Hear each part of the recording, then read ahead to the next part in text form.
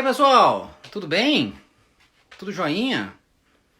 Hoje foi mais curtinho porque não deu tempo de estudar. Acabei de fazer uma live com o Luciano Pontes. Não sei se o pessoal que tá aqui tava lá, veio pra cá ou não. Mas são tantas lives que eu tô até meio perdido, meio fora, assim. Não consigo acompanhar nem as minhas direito. Às vezes eu fico pensando assim, quem é que falou tal coisa? Eu queria voltar atrás e rever aquela parte, foi tão interessante, eu já nem lembro mais. Mas hoje vai ser muito especial, hoje eu vou lembrar de tudo com meu amigo, excelente violinista. Antes dele entrar, oi Pablo, eu já te vi, mas calma aí, vou fazer uma introdução.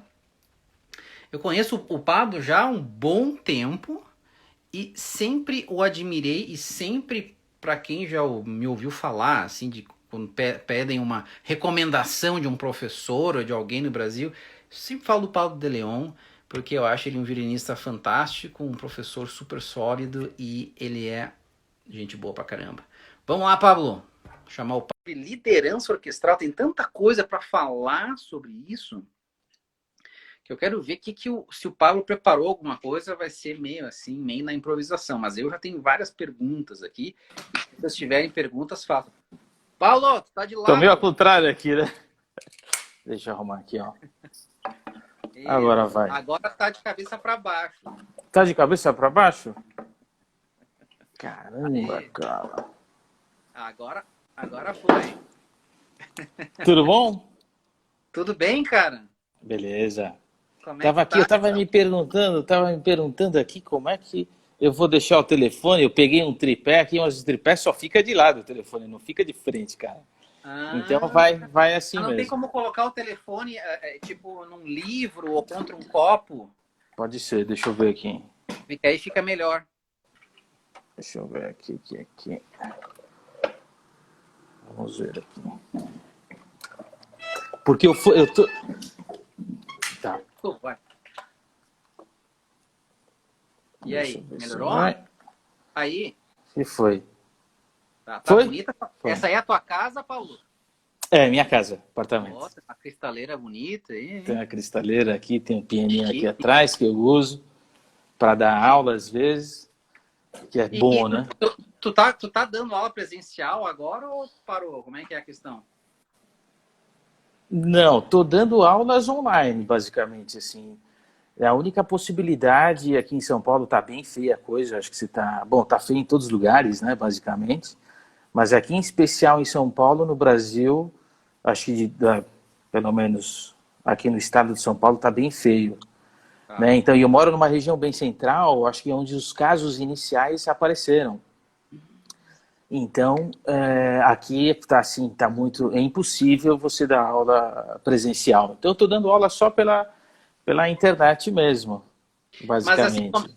como é que tu tá fazendo? Tu tá fazendo assim, tipo Skype, FaceTime? O que tu tá usando? Então, eu tenho usado o Skype e tenho usado o Zoom também. Mas a qualidade do Zoom não é legal, né? Então, o Zoom tem, eu vejo uma vantagem talvez no Zoom, que é a possibilidade de quem está tocando não deixar no modo automático. E aí não fica aquela coisa assim de quando você toca mais forte, o próprio programa abaixa o volume, e quando você toca piano, o próprio programa sobe o volume. Então o Zoom eu vejo talvez, há poucos dias um aluno me deu essa dica, de que tem essa vantagem, que em outros aplicativos eu não sei se tem. Que você usa, Carmelo? Eu uso um outro sistema que, inclusive, eu vou falar na quinta-feira, porque eu vou trazer um especialista em aula online, que é o Jean de Oliveira. Legal, Ele dá aula pra gente só online já faz uns 3 anos. Não é nem por causa entendi. do corona. Ele dá aula online. Acho que ele tem um aluno presencial só. Ou Entendi. duas aluninhas pequenininhas. E ele é um expert. Então ele me deu umas dicas aí muito legais. Eu gravo as minhas aulas agora. Todas as aulas da universidade são gravadas. Ah, entendi. O Então é tempo o. de aula é mais ou menos o mesmo que eu tenho Certo. visto. E aí tem aquele negócio de reaction. Fica um quadradinho aqui, a pessoa tocando, e eu vou pausando ela e vou falando assim, entre o que a pessoa está falando. Então é só informação, só informação. E aí eu falo Interessante. com ele se alguém precisar de conversar, assim, ter perguntas, coisas assim, o pessoal marca e fala comigo por telefone. Então, assim, é um pouco mais distanciado, mesmo em vídeo, mas eu acho que a qualidade é melhor e Entendi. fica didaticamente interessante. Agora, tem que saber o que fazer para fazer isso. Inclusive, já Tá, fica a isso, chamada pro pessoal na quinta-feira para aprender, porque o Jean vai dar umas dicas aí para nós, tá? E, Pablo, hoje a gente... Opa, deu uma trancada aí. ah, tá. Não, eu justamente, o meu pai também dá aulas, né, de viola, é professor da Escola Municipal de Música. Você está me ouvindo bem? Agora, tinha travado, agora voltou tudo. Ah, entendi, entendi. Então, e justamente um aplicativo ou um app que seja que você escute com um certo refinamento, né, qualidade de som, é difícil achar. Nem Skype, nem o Zoom, nem nenhum aplicativo que eu conheça desses mais simples, Não. você acaba perdendo qualidade bastante de som. Você pode ver outras coisas, você vê bastante afinação, não vejo, né, problemas pela internet, mas essas nuances é quase impossível você notar. É, Então, eu quero tem. saber que aplicativo que você usa assim, quinta-feira. A pessoa tem que mandar uma gravação boa, isso é importante, né? Então eles põem um link Certo. pelo YouTube e eu escuto pelo YouTube. Agora, o celular tem que estar bom, né? Senão fica difícil. Tem, claro. Porém, eu vejo algumas vantagens no sentido, assim, tipo de não ficar interrompendo a pessoa quando tem que falar alguma coisa. Que geralmente a gente fica se interrompendo e fica uma voz em cima da outra. Isso é chato pra caramba. É verdade. Enfim, eu vejo vantagem, mas a gente não veio falar sobre isso, porque isso vai ser quinta-feira. Tá Eu certo. quero falar sobre como é que tá a tua vida de violino. Estudando muito ou tá paradão? Estudando, talvez não, eu não estou estudando tanto quanto eu gostaria, Sim. né? Porque você acaba fazendo coisas que você não estava acostumado a fazer em quarentena, né? Você tem que, a gente praticamente dispensou todo mundo que vinha em casa, então a gente faz tudo em casa, É. basicamente. Eu tenho que fazer coisas que eu não estava acostumado a fazer. Então, e toma um tempo grande, né? Toma um tempo bem grande, assim. Então, mas claro, eu até estava conversando com um amigo que quando começou a quarentena eu pensei, vou fazer, tem vários projetos aí pela frente, vou dar conta de todos, e a realidade é um pouco diferente, né? Porque você fica meio que preso às notícias e não é bem como você planejou que as coisas acontecem, assim, você fica muito Não, ligado às novidades e notícias, não é. então, Eu tô descobrindo o seguinte, que é basicamente a mesma coisa, porém diferente. Eu continuo dando as mesmas aulas. Eu comecei a fazer essas lives aqui, que está tomando um pouco de tempo, obviamente, por dia. Estou estudando violino e, assim, eu comecei a comer um monte. Estou vendo que eu tenho que fazer exercício. Então, comecei a dar umas caminhadas, porque aqui não tem nenhuma alma viva na rua, então dá para sair. sim. Mas, assim, é basicamente o mesmo, só que eu não fico dirigindo para ir para a escola, entendeu? Uhum, Ainda uhum. tem que ficar em casa, tem coisa para fazer em casa, enfim. É diferente, porém similar. Eu não tenho essa coisa assim de que, nossa, agora eu vou preparar o projeto do CD, assim que não dá tempo. Entendi. Continua sendo a mesma coisa, né? Para mim, pelo menos. Pablo, a Sim, gente veio conversar sobre liderança orquestral. Para o pessoal certo. saber, se o pessoal está chegando agora, para o pessoal saber, tu és espala da Orquestra Sinfônica Municipal de São Paulo. Já há quanto Exa- tempo? Já há 20 anos. Tu Já há tem 20 mais de anos. 20 Entrei. anos, Pablo. 23 eu tenho. Caramba. Brincadeira. Podia, absoluto, começou com 3 Pois anos. é. Mas assim, antes disso, não, concomitante a isso, tu estava de espala da USB também uma época, não era? Também. Espalhei 5 anos no Rio de Janeiro, na USB. Uhum. Era uma época assim completamente. Porque eu ainda tocava, eu não sei como, mas eu espalhava no Teatro Municipal, espalhava a USB, eventualmente espalhava a Orquestra de Brasília também na mesma época. Isso. Então era uma época assim que eu vivia no aeroporto. Assim, agora eu estou mais Tá mais tranquilo em tranquilinho. relação. Tô mais tranquilo. E deixa eu te perguntar uma coisa. Tu imaginaste, assim, no início da tua carreira, que tu irias fazer isso na tua vida, de ser espala de uma orquestra? Ou tu imaginava assim, tipo, não, eu vou formar um quarteto de cordas, ou serei professor universitário, ou serei o próximo Joshua Bell? O que tu pensava, assim? Então, para mim as coisas foram muito naturais, Carmelo. Meu pai é músico, né? Eu nasci em Portugal. Meu pai tocava na orquestra da Gulbenkian, tocou 10 anos lá nessa orquestra. Ele era concertino das violas nessa orquestra. E para mim, assim, eu nasci praticamente dentro desse universo orquestral. Sim, Então, tanto eu quanto meu irmão, a gente frequentava concertos desde que nasceu, praticamente. sim. Né? Então, assim, ver o meu pai tocando e estudando partes de orquestra e tendo aulas de instrumento, que ele também tinha aulas lá com um grande professor. é, Então, isso foi uma inspiração para a gente. A gente basicamente tem a nossa referência de som, é a referência do som do meu pai que eu tenho, né? Sim. Como o que eu acho, o que eu gostaria de tocar. O som que eu gostaria de ter é o som do meu pai, basicamente. É ele que eu tenho como referência. E é o Até som que o meu hoje? cara, até hoje, meu pai, sim, a gente sempre gostou muito desse som. Que legal. E talvez também esteja relacionado um pouco à infância, né? Então, talvez essa referência nos remete àquela época de criança que a gente, Olha que bacana né? disso. Então, a gente, tanto eu quanto o meu irmão, acredito, a gente tem, claro, desde criança essa referência. E aí a gente foi uma coisa muito natural. A primeira orquestra que eu entrei, profissional, eu tinha 16 anos. Era Hum, muito novo. claro. Então, assim, foi uma coisa. Mas se você me perguntar, não, eu pensava em ser Spala? Não. Eu pensava em ser solista? Não.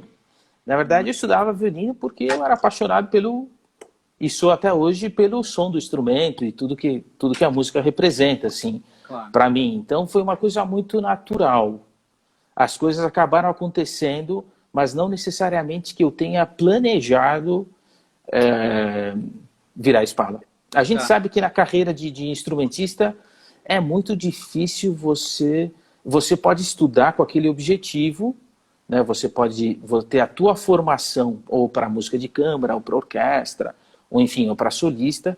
mas são vários fatores que acabam te levando para um lado e para o outro. E muitas vezes é difícil você, inclusive, escolher tão cedo uma coisa que talvez você não conheça a fundo, assim, Não, é universo de, verdade. né? Não, eu te pergunto primeiro por uma curiosidade pessoal, em segundo lugar porque parece que tem pessoas, tem espalas que não tiveram, que são ótimos espalas e que não tiveram nenhuma experiência assim de orquestra jovem como espala nem nada. Sim. Inclusive nunca tocaram em orquestra, fazem uma audição e pum, é espala. E tem outros que não, que tem aquela coisa já no sangue, já vem desde quando era jovem, era espala da orquestra, não sei do que, e aquilo vai liderando. Como é que foi no teu Sim. caso? No meu caso, eu não tive muita experiência como Spala, não. Uhum, Eu tive minha formação no Brasil, eu estudei na escola do professor Yoshitami Fukuda, depois eu estudei com a Elisa Fukuda, uhum. durante 10 anos, praticamente. Que Olha, eu tenho, bastante. assim, eu tenho um carinho enorme, assim, pela família e por tudo que eles, imagina, representam no Brasil no Sim. estudo do instrumento. Então eu tenho um carinho muito grande, muito respeito pela escola. E depois de quando eu tinha 16 anos, eu acabei conhecendo esse professor, que é o Rain Taub, que ele veio para o Brasil para dar aulas no Festival de Campos do Jordão. Uhum. E acabou que eu conheci, ele era Spala, foi Spala a vida inteira da Filarmônica de Israel. E acabou que eu estudei com ele em Israel durante vários anos. E ele, justamente, se você, eu me baseei um pouco pela experiência dele de vida, assim. Ou Uhum. seja, ele tocava, ele espalhou a orquestra a vida inteira e tocava em música de câmara. Ele tinha um quarteto, o Quarteto Tel Aviv. E Uhum. solava quando podia com a filarmônica, fazia tudo mesmo, mas a vida dele era mais falar e fazer música de câmara. Então Sim. eu tive o Taube mais como referência, assim. Uhum. Então, se você me perguntar, eu espalhei orquestras antes? Não. E assim, e eu conheço vários colegas que também entraram mais ou menos com a minha idade no Teatro Municipal. Por exemplo, Ilya Konovalov, da Filarmônica de Israel, entrou com 20 e poucos anos, nunca tinha falado numa orquestra. Uhum. Guy Brownstein também nunca tinha tocado numa orquestra. Então, é interessante que você está me perguntando, porque realmente tem, hoje em dia, na verdade já há alguns anos, você vê um estudo específico para você ter uma formação orquestral. Eu diria que meu estudo foi, eu tive a oportunidade de, como o meu professor foi Spala, eu tocava muito para ele, partes de orquestra, inclusive. Claro. Então, eu tive um treinamento,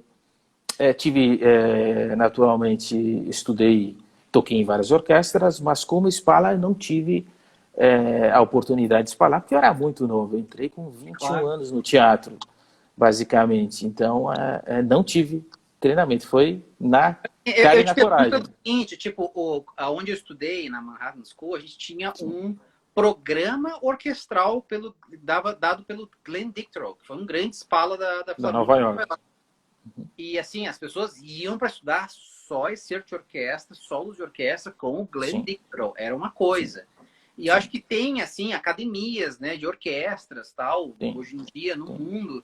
E isso é muito bacana. Mas é realmente, assim, mais antigamente não existia isso. A pessoa tocava Não, sim. bem, vinha como fazia prova ou era convidado para tocar de espala e deu, né?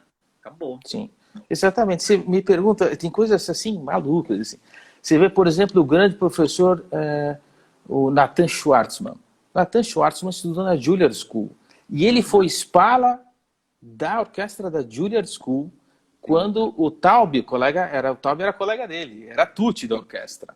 Uhum. Né? Então, e o Nathan, por exemplo, não tudo ele teve também estudou na Juilliard, mas ele acabou não espalhando orquestras aqui em São É Paulo. verdade. É Né? Então, verdade. e o Taube, que não teve necessariamente experiência na Juilliard como E, eu, espalha, ele acabou espalhando a e Filarmônica. o Taube, na verdade, ele era da seção dos primeiros violinos era Buffalo, era uma orquestra nos Estados Unidos. Não sei dizer. Ele era tutti lá, ele Tucci, não Tucci. era espala.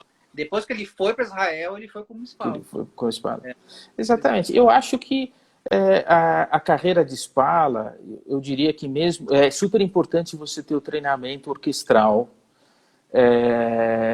principalmente se o teu objetivo, obviamente, é ser um músico de orquestra. Né? Agora, eu vejo que a maior parte da grande maioria das escolas, quando você começa criança, você exatamente não sabe exatamente qual é o caminho que você vai seguir. Você está por amor ao instrumento, está por amor à arte ali. eu acho que é o Então, normal, né? Tipo, a pessoa começa até na escola com uma experiência genérica, assim. Não sabe se vai gostar mais de matemática, português, história, não sabe. Começa exatamente. geral. E eu acho que deve ser assim, direcionar muito cedo, eu acho esquisito. Eu acho que Esquisito. Não acho complicado. saudável. Pois É. é. Mas eu Mas acho sim legal você ter essa possibilidade de poder fazer música de câmara, estudar. E eu acho, não acho legal, né? Eu acho super importante, eu acho que deveria ser obrigatório os estudantes terem a oportunidade de fazer música de câmara, obrigatoriamente, porque é impossível você tocar numa orquestra se você não tocar em grupos de câmara, quartetos, quintetos ou orquestras menores na tua fase de desenvolvimento, assim, de estudante, né? E também fazer e tocar, se possível, tocar em orquestras, né? Claro que seria o ideal, né? Então eu tive uma experiência muito novo, assim, entrei muito novo em orquestras. eu, Então, eu tenho uma outra questão, um outro ponto aqui. sim, Depois pode entrar, então, realmente na liderança orquestral. Porque, sim, assim, tipo, quando eu entrei, a minha única experiência profissional em orquestra foi uma orquestra de cordas que nem existe mais lá no Rio Grande do Sul, quando eu tinha, sei lá, 16, 17, 18 anos, sei lá. E eu entrei como orquestra, porque eu tocava bem. Eu não tinha experiência de orquestra. Fiz orquestra sim. assim, jovenzinho, que tinha lá um projeto, inclusive que o Fred regia a orquestrinha. Então eu tinha música de câmara, tinha um quartetinho tal, tocava nessa orquestrinha, mas eu entrei porque eu tocava bem. Mas nem sempre. E depois eu toquei, engraçado isso, porque depois eu toquei como aluno nos Estados Unidos, sempre toquei em orquestra, sempre. Mas nem sempre os alunos que são bons líderes, são bons espalas. Tocar bem não é necessariamente não é um sinônimo de saber espalar. Na tua opinião, o que é saber espalar? Então, eu acho isso é um ponto interessante. Assim, eu acho que uma das coisas que mais norteia assim o músico ou espala um líder é você ter a capacidade de ter ter a flexibilidade, entendeu? Você poder conseguir se adaptar a situações diferentes. Só o fato de você ter um maestro toda semana diferente já exige isso. Então, são técnicas de regência diferentes, ele vai pedir coisas naturalmente diferentes, ou às vezes você se depara com maestros que quase não regem, eles só falam de música. Por exemplo, o Gergiev, ele só fala de música o tempo inteiro e quase não rege. Se você Ele fica com tentar... aquele patinha dele, assim. Exatamente. Se você tentar, assim, entender um pouco, você vai perceber. Tem até uma história engraçada que eu posso te contar sobre isso, né? Uma das primeiras experiências que eu tive com ele, com o Gergiev, foi em 2003, quando eu comecei a tocar numa orquestra de espalas. Né? Então, que aí você me pergunta, que tem tudo a ver com isso, com liderança. E aí, na ocasião, era uma turnê, a gente estava fazendo uma turnê em Moscou e outra em São Petersburgo, com o Gergiev regendo, e eu, na ocasião, eu era super novo, pô, faço quase 20 anos, né? A gente estava tocando... 3, 4 anos, né? Exatamente. A gente estava tocando Dom Juan, a gente tocou Petrushka e outras obras, e eu fiquei de concertino nessa ocasião da orquestra, do lado do Spala da Viena, o Rainer Kuchel, que é assim um super violinista. Aí eu pensei, poxa, eu vou tocar Dom Juan, eu vou decorar essa música. E vou ficar só olhando para o maestro para tentar entender tudo que ele quer mostrar. E aí ficou uma situação engraçada, assim, porque a gente estava lá no Conservatório de Moscou, em pleno concerto, e aí o Gergiev estava regendo, e eu estava olhando para ele, tocando assim, e aí ele vira para mim e fala, "Don't look at me." Cara, ele falou assim, o Gergiev falou, "Não olha para mim." E aí eu estava tocando assim, aí, ups, voltei a olhar para a estante, cara. Então, assim, eu acho que tem tudo a ver com isso que você me pergunta de liderança. Tipo, você tem que saber entender o que o maestro espera do músico. Eu acho que uma dessas... Justamente, por isso que exige flexibilidade. Você tem que entender, por exemplo, no caso do Gergiev, ele não gosta muito que você fique olhando para ele ou encarando ele. Ele quer que você escute a música. E não que você necessariamente espere que da mão dele vai sair todas as respostas. Enquanto vários outros regentes falam, na minha mão. Exatamente, tem todo tipo de linguagem. Então, por exemplo, talvez o regente, que ele tem um gestual, que esse gestual ele tem mais conteúdo, ele vai exigir que o Spala fique mais ligado ao gestual. Agora, o maestro ele reage de uma forma diferente, ou talvez que nos ensaios ele fala o que ele quer, no concerto é o que ia acontecer. Porque o gestual não vai ser tão importante assim. Então eu acho que assim... O Carlos Kleiber da vida, que ensaiava minuciosamente tudo. É verdade. E tinha um gestual que era assim... Era muito mais na cara do que nariz o que ele queria musicalmente, né? Porque o cara... É verdade. Era milimétrico, era uma coisa incrível, né? Exatamente. Então eu acho que assim, você na posição de líder, você tem que ter talvez essa sensibilidade de saber como o teu chefe, que está com a ideia musical que vai exigir de todos os músicos, como ele quer que você lidere. Então eu diria que você não lidera sempre da mesma maneira. Porque muitas vezes você não pode. Depende do maestro às vezes tem que deixar que o maestro que se entenda com a orquestra. Exatamente. E aí o maestro vai orientar a maneira com que ele vai reger, você vai saber se você tem a liberdade, se você vai precisar... Eu acredito que espalar é como a regência, basicamente, assim. Muita coisa é uma via de mão dupla. Muitas vezes você tem que deixar de tocar para o naipe para o som vir lá do fundo, ou seja, você tem que deixar de liderar para o som ficar mais coeso. E muitas vezes você tem que liderar porque a música pede a determinados lugares. Assim. Para puxar o pessoal. Inclusive, exatamente. A posição de maestro nasceu do Spala, né? Verdade. O Spala era o líder, começava a liderar, tanto que um dia foi lá e levantou e tá, eu vou fazer isso aqui sem um instrumento, ou só com um arco, né? Então, as peças foram aumentando de tamanho, tal, enfim. Não, essa questão é muito interessante. E tu estava me contando, Pablo, a gente conversou um pouquinho, né, semana passada, quando eu te convidei para fazer a live, sobre essa questão da sonoridade que o Spala pode imprimir no seu naipe e talvez até na orquestra. O que tu podes falar para nós assim?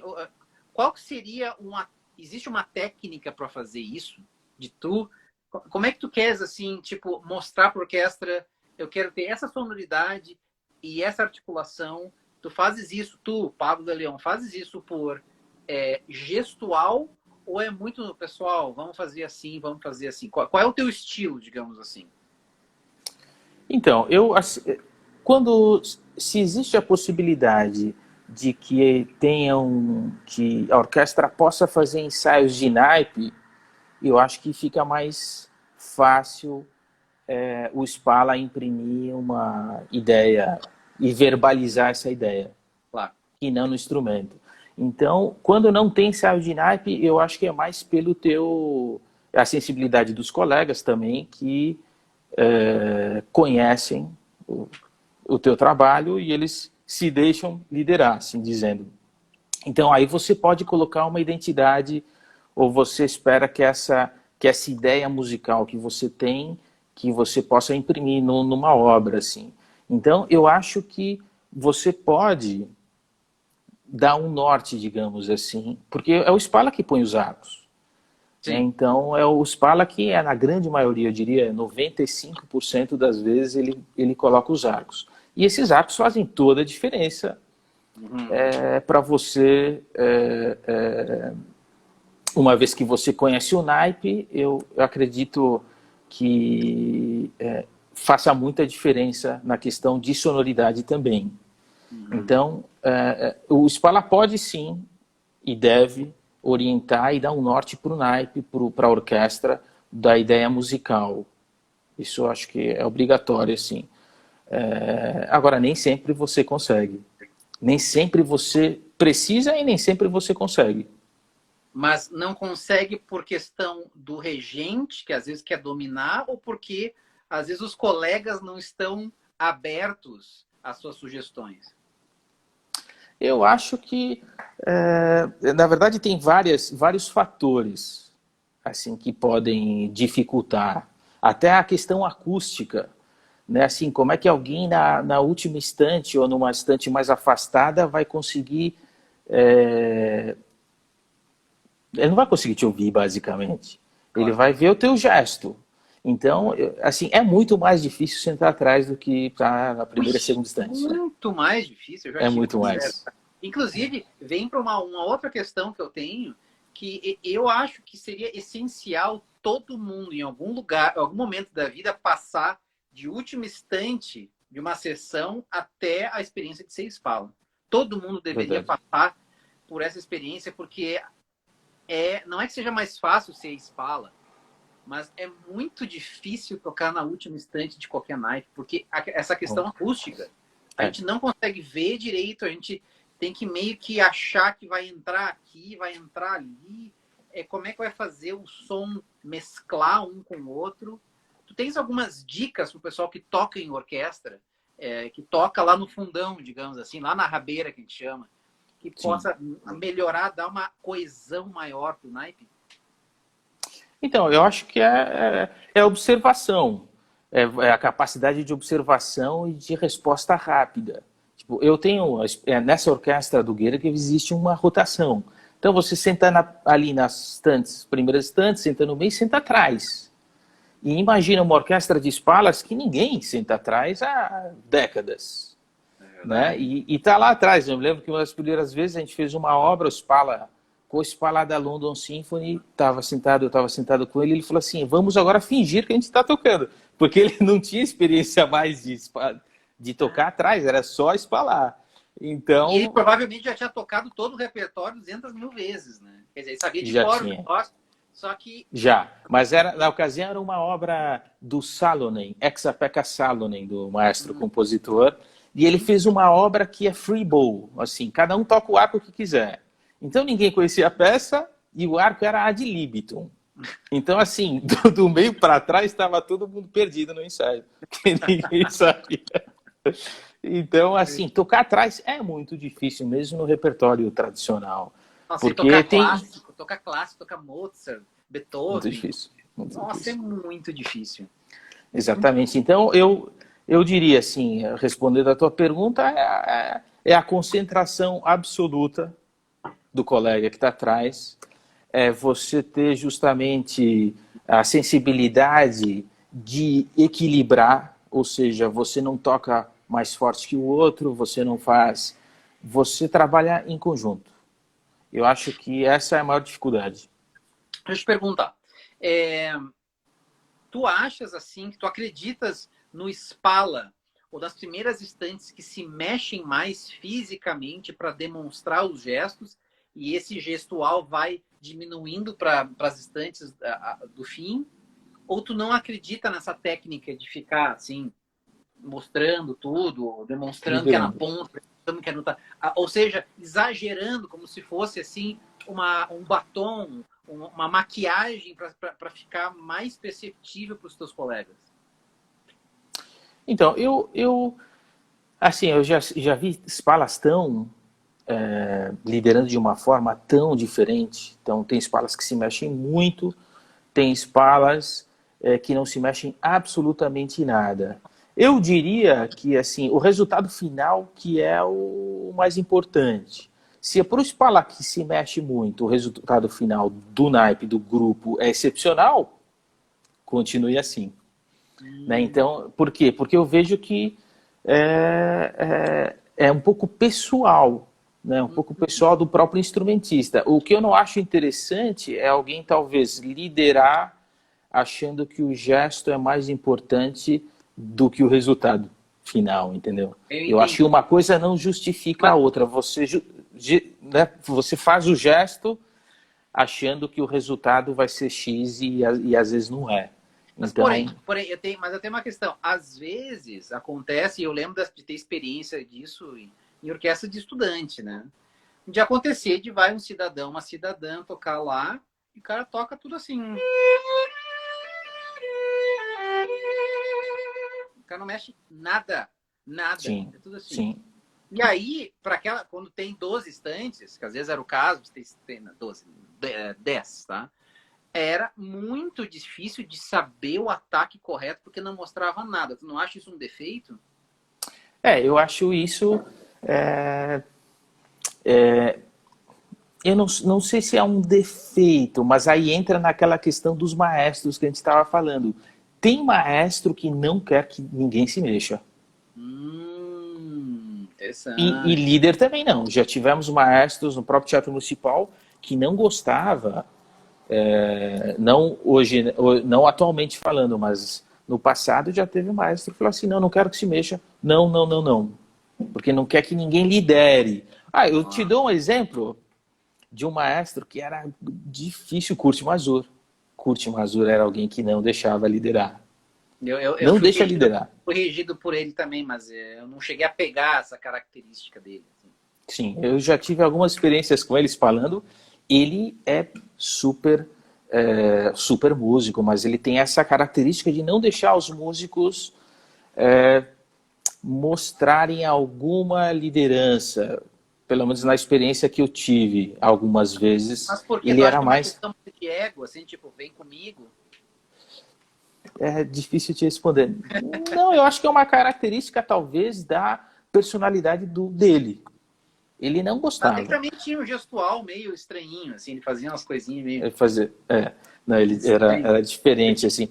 Então, É difícil eu te falar, por exemplo, o Spala da Viena ele não se mexe nada, cara. Não se mexe absolutamente nada. Uau! E aí ele tá sempre de paletó tal. Ele se aposentou há pouco tempo, mas ele praticamente não se mexe. E aí eu acho que, na verdade, assim, orquestras europeias, elas têm uma qualidade que aqui na América do Sul é difícil encontrar, que é esse pensamento em grupo de, por exemplo, você subdividir o tempo inteiro. Então você está tocando uma sinfonia, mas você está subdividindo. As orquestras alemãs, por exemplo, os músicos eles estão subdividindo o tempo inteiro. Então se você está subdividindo o tempo inteiro, você vai tocar junto, mesmo com alguém que não dê entrada, por exemplo. A orquestra vai tocar junto. Então eu vejo, por exemplo, em orquestras da América do Sul, por exemplo, existe talvez essa liberdade um pouco maior, ou a gente encara de uma forma um pouco mais livre, e aí ritmicamente é muito mais difícil tocar junto. Porque cada um tem uma liberdade diferente, né? Ou seja, um está subdividindo, o outro não está, então como tocar junto? Mas aí tu Então não esse é um acha que treino. para uma orquestra que tem uma subdivisão pobre, tu Sim, tens que ser um pouquinho mais incisivo na tua liderança como Spala? acho que sim. Tipo assim, a bandeira vai em cima do morro aqui, senão o pessoal É não verdade. vem. Não, Né? é verdade, é verdade. Mas tem a questão, por exemplo, uma vez eu lembro de tocar com o quarteto de Leipzig, que tocou o quarteto de Mendelssohn. Uhum. E a discussão desse quarteto era eles se baseavam bastante pelo gestual, mas não pelo que você estava ouvindo. Por exemplo, eu lembro deles falarem assim: se você tá esperando para você entrar depois que você me ouviu, você já está atrasado. Sim. Porque a velocidade do som é diferente. Até Uhum. o som chegar no teu ouvido vai demorar para sair do Reagir. instrumento.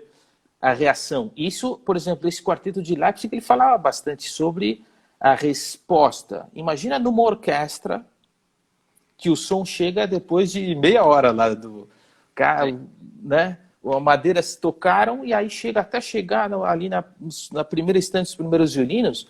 Então, justamente por isso que é difícil você, como Spala, obviamente, por questões acústicas, quando que você tem que dar entrada, o quanto de entrada você tem que, qual é o gesto que você tem que fazer, e o maestro, será que ele vai reger antecipado ou não vai reger antecipado?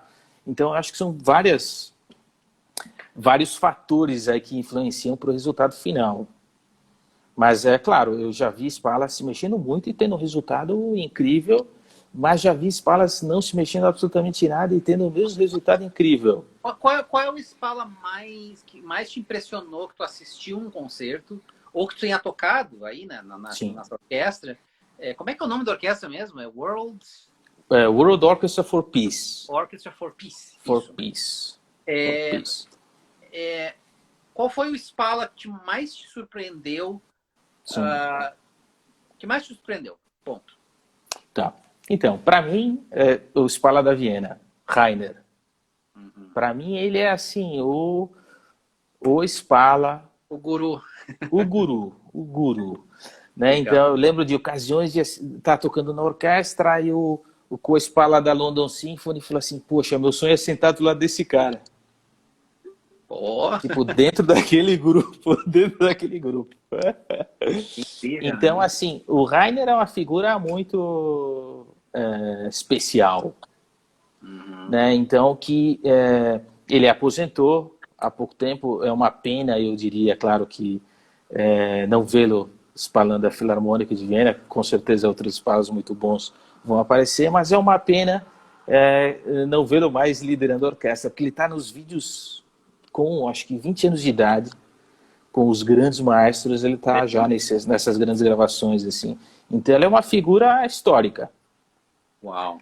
esse Rainer, a E me figura fala um muito pouco assim, depois a gente pode abrir para perguntas, tá? O pessoal já vai pensando nas certa. perguntas. Eu vou fazer mais uma pergunta para o Paulo. O que tu acha que é o papel político do Spala dentro da organização, da hierarquia que é a orquestra sinfônica? Então,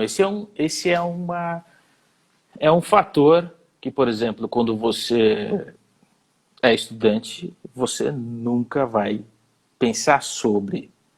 E você não vai ter treinamento algum em relação a isso. Nenhum. Exatamente. Por isso tem que estar na live aqui para escutar o Pablo falar. Vai. Nenhum, treinamento nenhum. E é uma coisa que, assim, você está num cargo de chefia que você basicamente está ali, você é o porta-voz do grupo, da orquestra, e muitas vezes o maestro, ele te vê como um porta-voz e ele, às vezes, faz desabafos, né, para as lideranças. Então, é uma situação, o Spala, quantos problemas ele tem que administrar? Há muitos. Às vezes até de maestros convidados que não falam inglês e um colega ou outro talvez não entenda inglês e faz uma coisa completamente diferente do que esse maestro está pedindo e o maestro acha que talvez é pessoal a atitude daquele colega. Então, às vezes, o Spala tem que intervir em situações que ele não espera. E o Spala, ele leva a facada na frente e por trás, né? Facada para tudo que é lado. E às vezes o maestro pode não gostar do Spala. Pode acontecer. Claro que se é dentro de uma organização e o regente é o regente principal, sim, aí é mais difícil, porque geralmente é um cargo de confiança ou não. Spala é cargo de confiança ou não é? Então depende da orquestra. Tem orquestras que o Spala ele é um cargo de confiança, ou seja, ele é convidado a Spalar, sem necessariamente um concurso aberto, né, para todos. Tem orquestras que você tem um concurso específico para Spala. Eu entrei com um concurso no Teatro Municipal. Então teve um concurso aberto para outras pessoas que tivessem interesse, o que para mim foi ótimo, porque pela idade que eu tinha, jamais eu me convidar sem experiência alguma, se não fosse o concurso. Né? Então, eu entrei com concurso na ocasião, mas tem orquestras que por exemplo, orquestras na Europa, que eles convidam alguns músicos para fazer concurso. Isso também tem. Então, eles costumam algumas 5, 10 pessoas que eles gostariam de ter no quadro da orquestra, e eles convidam essas 5, 10 pessoas para fazer concurso específico. Varia bastante.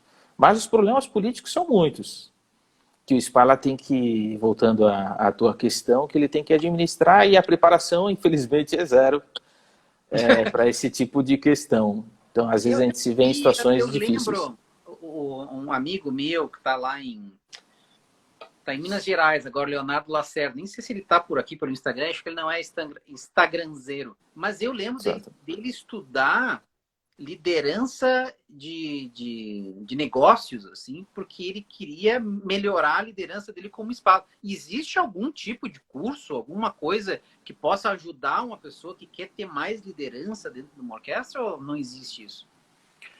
Eu acho que toda a informação que possa ajudar dentro de um ambiente de trabalho em grupo é muito bem-vinda. Porque então, é uma organização de seres humanos e exatamente, tem uma hierarquia ali dentro. Não tem muito, assim, tipo, o regente está dando ordens, né? E o Spala está meio que de intermediário, e tem, assim, as estantes, as cadeiras, enfim, é uma hierarquia. Sim. Por mais que a gente queira pensar que é uma democracia, sim, acaba sendo uma mistura, né? Mas é hierárquico. É hierárquico, exatamente. Eu acho que livros, por exemplo, de psicologia, ou até mesmo de comportamento cognitivo, esse tipo de informação é super bem-vinda para quem está trabalhando com pessoas. Independente se é orquestra ou se é uma empresa, eu acho que é útil você ter essa informação para você saber lidar com os stresses que tem no trabalho que você não imagina e que você não tem treinamento. Então, toda a literatura possível que ajude a você saber como você liderar é muito bem-vinda. Claro. É muito bem-vinda. Então, eu leio algumas coisas assim a respeito. Tá. Depois, se Por... quiser dar uma literatura para nós, mais tarde eu posso Tá bom, passar aqui no meu Instagram. Pessoal, tá bom. tem... Eu diria até... Pode falar. Então, eu diria até que, por exemplo, é muito diferente você liderar por que você tem né, anos de experiência e as pessoas aceitam e respeitam o teu trabalho, e liderar por imposição, por medo. Ah, isso é Então, verdade. eu acho que e faz muita diferença você liderar impondo ou você liderar de uma forma que por respeito. São mundos diferentes. Então, É. por isso que eu acho que essa literatura de você poder ler um pouco a respeito, eu acho que é importante porque você vai ter uma visão um pouco mais clara do que é liderar sem o medo. É você ter o respeito das pessoas pelo teu trabalho e não ser respeitado porque as pessoas têm medo de você estar num cargo superior. Isso é muito importante, muito importante. De não Sim. chegar com uma atitude já de superioridade, né? Com todo mundo. Exatamente. Isso é muito importante, já chegar assim com... Esse aqui é o meu cargo, e eu vou fazer o meu trabalho, e tu meio que exige o respeito das pessoas também, né? Exatamente. Exatamente. Deixa eu ler aqui umas perguntas. Tá legal. O que tem, o Abraão Salles está perguntando, o que tem a dizer sobre regência adiantada? Nunca consigo entender. Então, a regência adiantada, em geral, você vê bastante em grupos grandes, né, que você precisa ter uma resposta, mas também é uma escola. É uma escola. A regência alemã é diferente da escola de regência francesa.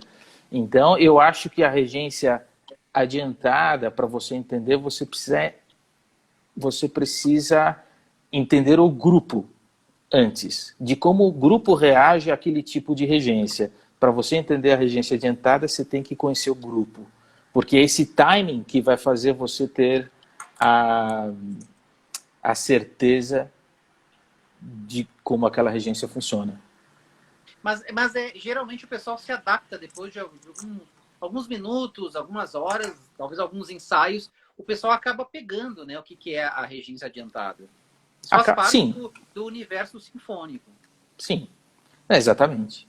Exatamente. Mas é uma pergunta interessante, porque a pessoa talvez que não tem muita experiência ou não costuma trabalhar com regentes que regem bem adiantado, pode ali entrar antes do E previsto. fazer um solo bonito. Exatamente. Inclusive espalas. Você pode falar assim, eu estou liderando aqui, eu sei quando vai dar o pizzicato. E aí você entra Não. sozinho. E a orquestra não. A Então, Bruna Bazani está perguntando sobre arcadas, como é sim, estabelecida. É uma pergunta muito ampla, né? sim.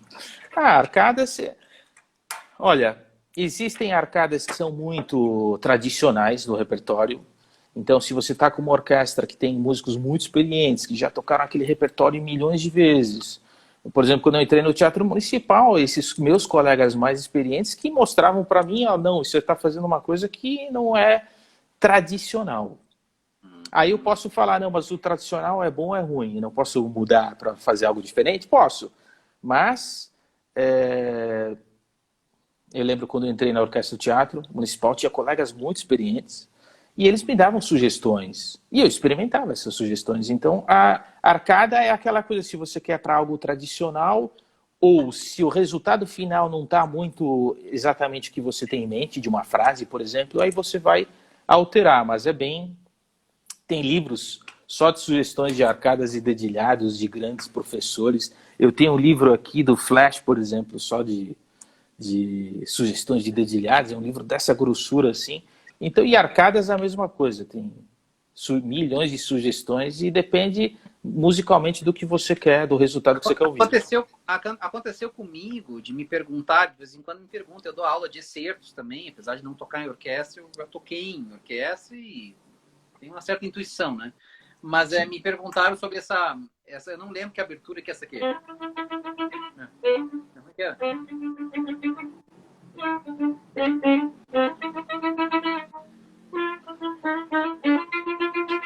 É uma coisa assim, eu não lembro, Tá. agora é Mozart. Tá, Tá, certo. tá, tá, tá, tá, tá, tá, tá, tá, tá. E aí eu Certo. falei assim, não, faz, tá, ia como vinho, alguma coisa assim, para evitar os dois para cima. Porque eu falei assim, Certo. os nossos alunos, eu não sei se vão conseguir fazer esses dois para cima bonitinho. Mas a pessoa olhou para mim assim, não, mas eu já toquei com tal e tal orquestra, há 20 anos eu toco essas duas para cima. Eu falei assim, tocou há 20 anos, mas não quer dizer que seja melhor, entendeu? Claro. Tem essa questão, o tradicional em relação ao que poderia ser menos tradicional, mas funcionar também, né? Exatamente. Eu vejo mais ou menos como é o resultado final. Para mim, o que dita isso é o resultado final. Se o resultado final é insatisfatório, você vai mudar o que tiver que mudar. Pode ser arcada, pode ser dedilhado, Verdade. enfim. Então é muito relativo, né? O Cleone está perguntando como agir com críticas do próprio naipe. Eu acho que, como qualquer outro tipo de crítica, você vai botar em questão o prós e contras. Quando é uma crítica construtiva, que são as melhores, é aquela que você sai, você ouve a crítica, mas você sabe que você está aprendendo alguma coisa. Se a crítica não é muito construtiva e não tem um embasamento mais que é gratuito, digamos assim, aí você basicamente desconsidera. Né? Então eu Passa batido. passa batida. É complicado porque numa posição de liderança, tu tá questionando a liderança, né? Quando a pessoa vem assim, porque essa arcada tá ruim. Acho que depende muito do jeito como a pessoa fala, né? Eu acho que sim. E também eu penso que assim as críticas elas sempre acontecem. Então, se você está pensando, se o teu ideal é não ser criticado em momento algum, já significa que você não pode ser um músico e você não pode se expor em público. Porque no momento que você se expõe em público, você já está abrindo mão disso. Você já sabe que vai ser criticado. Então, eu não acho que as críticas elas são algo negativo. Eu acho que as críticas elas fazem parte do nosso próprio processo de estudo, de aprendizado. Tem que saber lidar com essas críticas, né? Exatamente. Exatamente. Bom, vamos ver aqui. Nossa, o Deco Piovani está perguntando uma pergunta interessante. Gostaria de saber como a família dele veio para o Brasil e qual foi a primeira impressão dele no nosso ambiente musical. Tá. Então, minha mãe é catarinense. Tá. Né? Minha mãe é catarinense, meu pai é uruguaio. A gente veio para o Brasil com 6 anos de idade. Eu vim com 6 anos de idade, meu irmão com 8 anos de idade. Então, assim, eu tenho família em Santa Catarina. Primos, avós, enfim. Eu sou brasileiro, na verdade.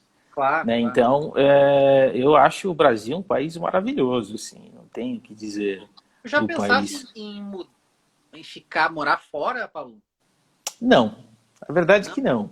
Eu quando Mesmo lá em estudei Israel, fora... tu nunca pensou assim, vou trabalhar aqui em Tel Aviv, sei lá, nada? Não. Não. Não. Não, eu fui com um objetivo assim bem... Eu fui para estudar violino, eu adorava o professor, independente do país que ele estivesse. Eu fui muito bem recebido em Israel, um país incrível, assim, um país pequeno, mas é incrível as pessoas... Eu me senti em casa lá em Israel. Isso é engraçado, eu tenho contato até hoje, imagina. Sim. Outro dia eu falei com gente da época que eu estudava, assim. Então eu acho que mas eu sou brasileiro. Claro. Basicamente é isso. Então não tenho o que reclamar aqui do nosso país. Tenho que reclamar, mas sou muito feliz com o país. Ó, Guilherme de Carvalho, de Ribeirão Preto, está perguntando: você acredita num inconsciente coletivo no corpo orquestral? Por exemplo, a orquestra se recusar inconscientemente a seguir a regência do maestro.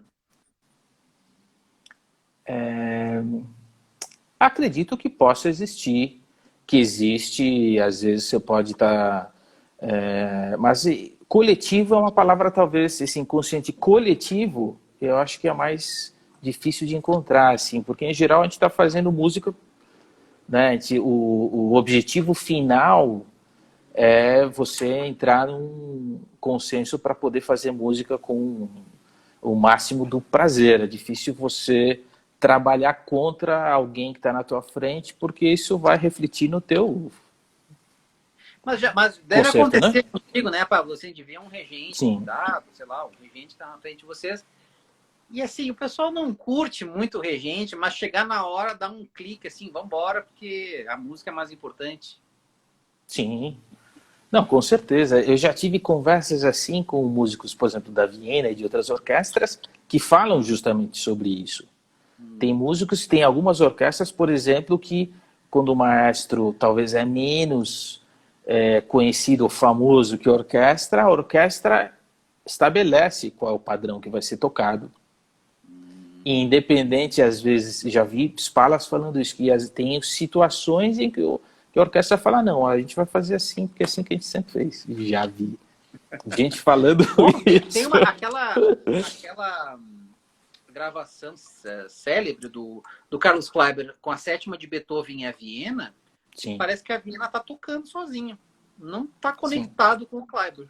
com o Kleber. E Não, ele é eu um acho... super maestro, né? É. Mas aí eu não...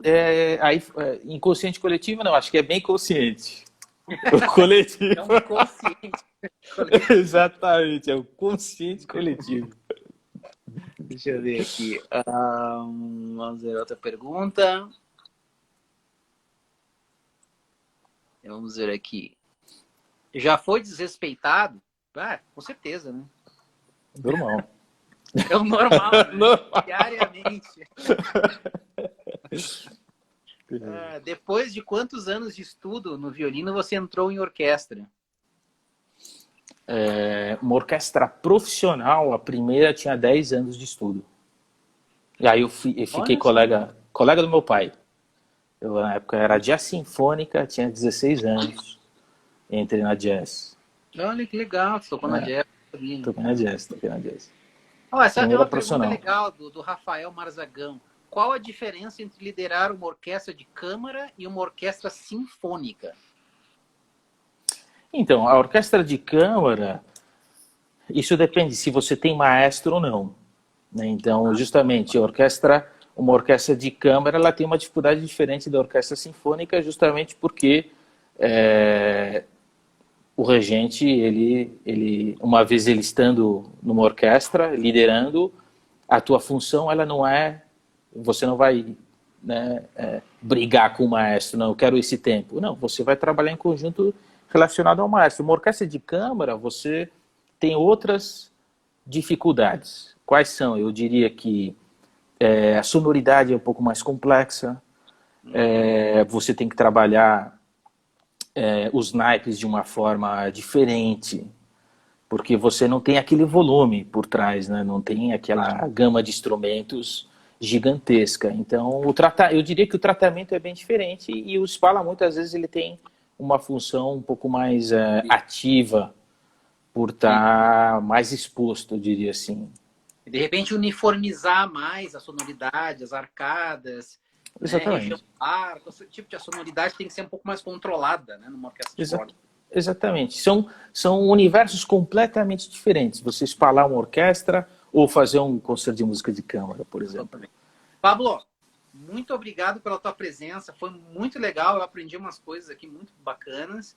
E tu sabe que eu te admiro muito há muito tempo. E tu não escutou isso só de mim, tu escutou de outras pessoas que eu sei. E queria convidar o pessoal para amanhã. Eu vou entrevistar o Arnaldo Cohen, é um super pianista. Não fiquem assim, é piano, não vou escutar. Vocês vão aprender muitas coisas, porque ele é um grande músico, tá? Pablo, muito obrigado. Carlos, obrigado aí, parabéns pelo trabalho, pela divulgação aí, pela qualidade aí do teu trabalho. Eu vejo inúmeras aulas e uma informação que você disponibiliza para todo mundo. Parabéns pelo trabalho, eu também sou um admirador teu. E vamos nos falando. Isso. Um abração, Carmelo. Tchau. Tchau, pessoal. Tchau, tchau.